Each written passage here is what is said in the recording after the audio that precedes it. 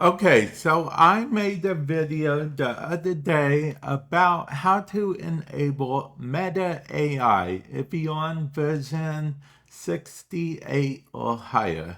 Well, there's lots of reports coming in. Some people reporting they're on V69 and still can't enable Meta AI and whatnot.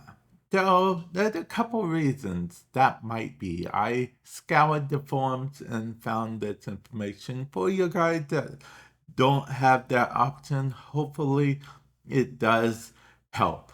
But the first reason being, and this first reason is from an official Meta staff member on the forums. So they say, hey everyone, just wanted to jump in real quick and provide an update from our internal team. It looks like Meta AI should now be public for all users. I'm assuming V68 or higher. It looks like it has moved since it's no longer in the experimental section.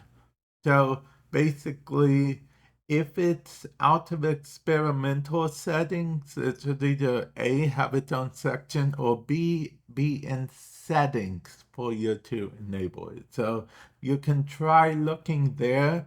That's usually where stuff goes when it gets out of the experimental. Either somewhere in settings or its own section. So that could be an option. Now, I did click on the guide there and it gave me this option, which tells me to go to experimental. So I'm not entirely sure what that's about then. But let's move on to the second reason it could be, okay? The second reason why it could be is users who are 13 plus in the US and Canada can experience Meta AI Assistant on their Quest 3, Quest Pro, and Quest 2 headsets. Users will need to manually enable the AI capabilities. Meta AI is not offered to Quest for business users, and this toggle will be disabled for Quest business users. So if you're a Quest business user or presumably outside of the US, Canada, or under 13. So that could be the second reason.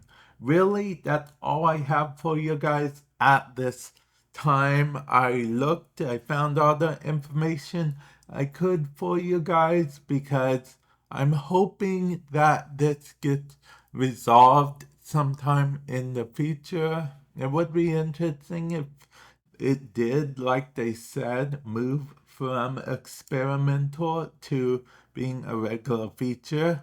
And the reason why I wanted to look this up especially because this had been happening to people whether they're on dev or not on dev, apparently. It's both the same. So, yeah, hopefully this helps at least some of you.